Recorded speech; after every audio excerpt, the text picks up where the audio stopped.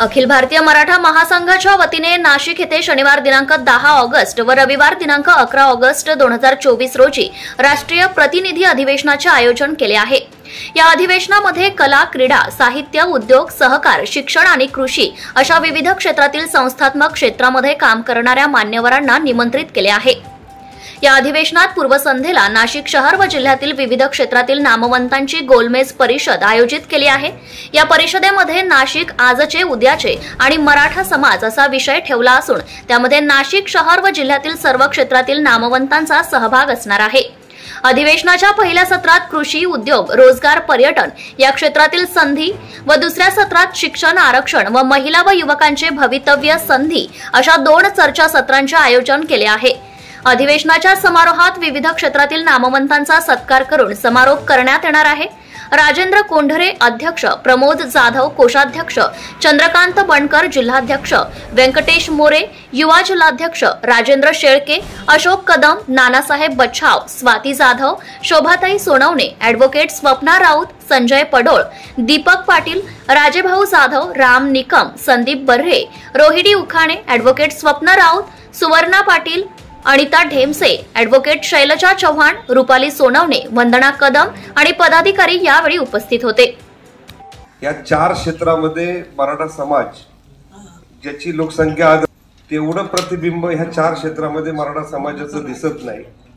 महाराष्ट्र सरकारच्या 5 लाख सरकारी अधिकारी कर्मचाऱ्यांमध्ये 3 सिंधी अधिकारी कामाला आहेत, 4 पदी आहेत, 111 शीख समाजाची लोक आहेत आणि 1117 जैन समाजाची लोक आहेत। या 4 अल्पसंख्य समाजाने महाराष्ट्राच्या इकॉनॉमीमध्ये दररोज जो निर्माण असणारा 1 रुपया आहे त्या 1 रुपयातल्या 60 पैशावर त्यांनी आता दावा म्हणण्यापेक्षा वाटा मिळवलेला आहे आणि तुलनात्मक दृष्ट्या एकूण पाहिजे होता तो कमी पडत असल्यामुळे तो परिसंवाद आम्ही सकाळच्या सत्रामध्ये ठेवलेला आहे।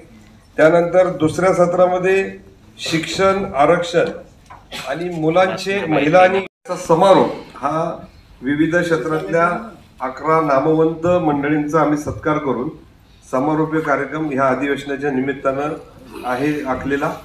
या अधिवेशनातनं प्रचंड संख्येने जो मराठा समाज आज रस्त्यावर येतोय, आंदोलनाच्या निमित्तानं महाराष्ट्राच्या कानाकोपऱ्यात जातोय, या संबंध समाजाला रचनात्मक दिशा देण्याच्या दृष्टिकोनातनं त्याच्यातले काही जे दोष आहेत ते दोष कमी करून प्रगतीच्या मार्गावर जाण्यासाठी जी आपल्याला वाटचाल करायची आहे ती वाटचालीची दिशा त्या क्षेत्रातले जे नामवंत मंडळी आहेत त्यांचं मार्गदर्शन घेऊन त्यांचा जो दृष्टिकोन प्रत्येक क्षेत्रातल्या पुढच्या 5-25 वर्षातला आहे।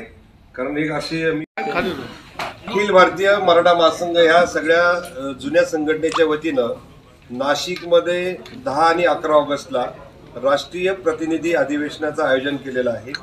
मराठा समाज नाशिकमधला आणि देशव्यापीमधला विविध क्षेत्रात संस्थात्मक नेटवर्किंगमध्ये नेतृत्व करणाऱ्या सर्व लोकांना एकत्रित आणून मराठा समाजाचे शिक्षण, आरोग्य, कृषी, सहकार, आरक्षण, त्यानंतर उद्योजकता अशा विविध विषयावरचं विचारमंथन करून पुढच्या 25 वर्षाने मराठा समाजाने कोणते प्रश्न हाताळून पुढे जाण्याची आवश्यकता आहे या विषयावर एक मोठं विचारमंथन आम्ही या ठिकाणी गोलमेज परिषदेच्या आणि अधिवेशनाच्या माध्यमातून आयोजित केलेलं आहे। त्याला देशातून सर्व नामवंत सगळे या ठिकाणी उपस्थित राहतील आणि नाशिकमधले सुद्धा विविध क्षेत्रातील नामवंत या ठिकाणी उपस्थित राहतील आणि त्या दृष्टिकोनातून आयोजनाच्या तयारीसाठी आज बैठक होऊन पूर्ण अधिवेशनाची जोरदार तयारी या ठिकाणी सुरू केलेली आहे। किती दिवस आहे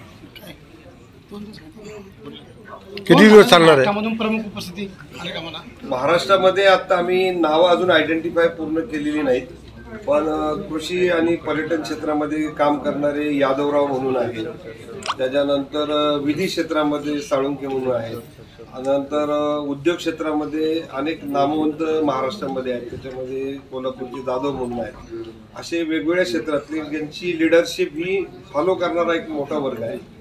तर ती बिझनेस लिडरशिप किंवा ॲग्रिकल्चर लिडरशिप मधले सगळे नामवंत आपल्या नाशिकमधले विलास शिंदे आहेत, त्या ठिकाणी त्याच्यानंतर आमचे पुण्याचे 2-3 उद्योजक आहेत, असे सगळ्या क्षेत्रातले लोक आम्ही या ठिकाणी बोलवले आहेत. ह्याच्यामध्ये राजकीय प्रतिनिधित्वापेक्षा मराठा समाजाला विविध क्षेत्रातल्या लोकांचं मार्गदर्शन घेऊन पुढे जाण्याच्या दृष्टिकोनातून ह्या अधिवेशनाचं महत्व आम्ही अधोरेखित त्यासाठी केलं. ओके. ट्रीटमेंट होण्याची आवश्यकता असते. त्याला नुसतं भावनिक करून चालत. व्यावहारिक जीवनामध्ये समाज जर प्रगत करायचा असेल तर त्याला एक वैचारिक बैठक, आर्थिक बैठक हे सगळे. आता काय झालं की प्रचलित पद्धतीमध्ये लोकसंख्या मोठी झाल्यामुळं मराठा समाजाचे प्रश्न गंभीर जास्त आहेत. त्यामुळं मराठा समाजाची आता अशी अवस्था आहे की तो लँडलेस, पॉवरलेस आणि जॉबलेस होत चालला. त्यामुळं या गोष्टीचा असेसमेंट करणं आणि त्याच्यातून प्रगतीचे मार्ग शोधणं आणि त्याच्यावर नव्या तरुणांना त्याच्यासाठी प्रवृत्त करणं, तयार करणं हा. Subscribe now and press the bell icon. Never miss an update.